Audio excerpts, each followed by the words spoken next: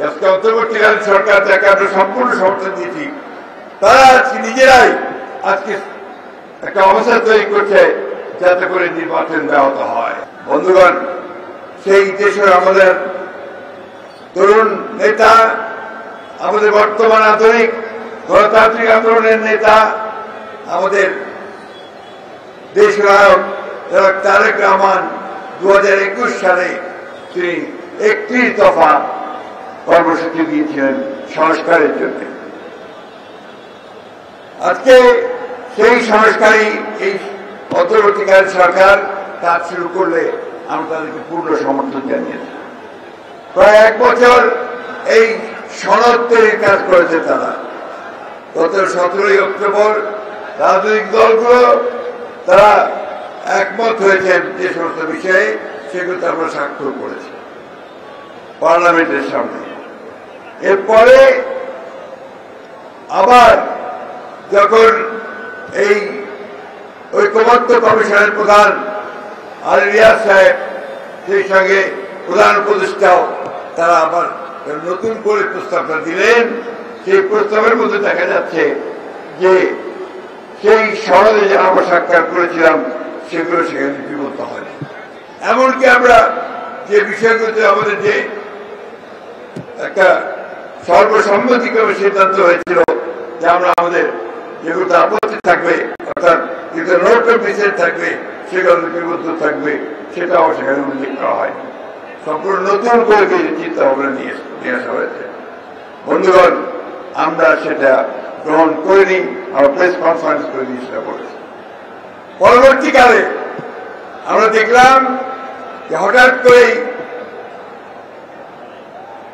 উপদেষ্টা কাউন্সিলের একজন সদস্য তিনি প্রেস কনফারেন্স করে বললেন যে তাদের উপদেষ্টা কাউন্সিলের সিদ্ধান্ত হয়েছে যে 7 দিন সময় দেওয়া হবে রাজনৈতিক দলগুলোকে, তারা নিজের মধ্যে আলোচনা করে সিদ্ধান্ত গ্রহণ করবে।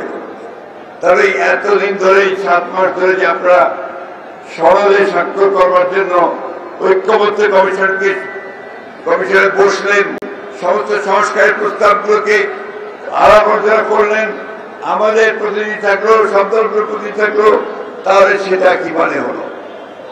অসংখ্য টাকা খরচ করে আপনারা সেটা যেটা করলেন, সেটা রাজনৈতিক দলগুলোর কোনোই কিন্তু সমাধান হয়নি।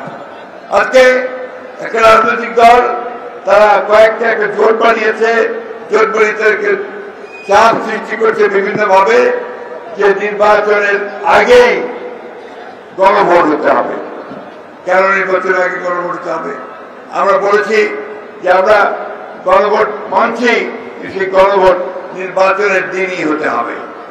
কারণ দুটো ভোট করতে গেলে অনেক টাকা খরচ হবে, তাছাড়া মূল যে নির্বাচন, জাতীয় সংসদ নির্বাচন, সেই নির্বাচনের ধারাটা পূর্ণ হয়ে যাবে। আজকে দুর্ভাগ্য আমাদের, আজকে অন্তর্বর্তীকালীন সরকার যাকে আমরা সম্পূর্ণ সমর্থন দিয়েছি, তারা আজকে নিজেরাই আজকে একটা অবস্থা তৈরি করছে যাতে করে নির্বাচন ব্যাহত হয়। ওই রাজনৈতিক দলগুলো যে কয়েকটা এই গণভোটের জন্য চাপ দিচ্ছে, তারাও আজকে পরিষ্কার ভাবে বলতে চাই যে নির্বাচনকে বানচাল করবার ষড়যন্ত্র করছে। আমরা খুব পরিষ্কার করে বিরোধ দিতে চাই, গণভোট হলে নির্বাচনের দিনই হতে হবে এবং সেই নির্বাচন 2026 সালের ফেব্রুয়ারি মাসেই হতে হবে, অন্যথায় বাংলাদেশের মানুষ কিছু মেনে নেবে না। বন্ধুগণ, 7 নভেম্বরের চেতনা হচ্ছে গণতন্ত্রের চেতনা। আমাদের জন্ম হয়েছে বিএনপি সংস্কারের মধ্যে দিয়ে। আমাদের নেতা প্রেসিডেন্ট জিয়াউর রহমান বীরুত্তম, তিনি সংস্কারের সূচনা করেছেন। আজকে জনাব তারেক রহমান নতুন সংস্কারের 30 দফা কর্মসূচি দিয়ে গোটা জাতিকে সামনেকে এগিয়ে দেওয়ার একটা ম্যাগনা কার্টা দিয়েছেন। আমরা সেই লক্ষ্যে এগিয়ে যাব।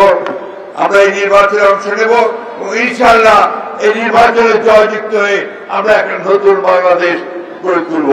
আমি যুবক ভাইদেরকে আহ্বান জানাতে চাই, তরুণদেরকে আহ্বান জানাতে চাই যে আসুন, আপনারা যে ত্যাগ স্বীকার করেছেন, আমাদের যে হাজার হাজার নেতা কর্মী মারা গেছে, আমাদের যারা সহকর্মী সহযোদ্ধা যারা মারা গেছেন, তাদের আত্মার প্রতি শ্রদ্ধা জানিয়ে আমরা সামনের দিকে এগিয়ে যাই এবং আমরা আমাদের বিজয়কে সুনিশ্চিত করি। এই কথা বলে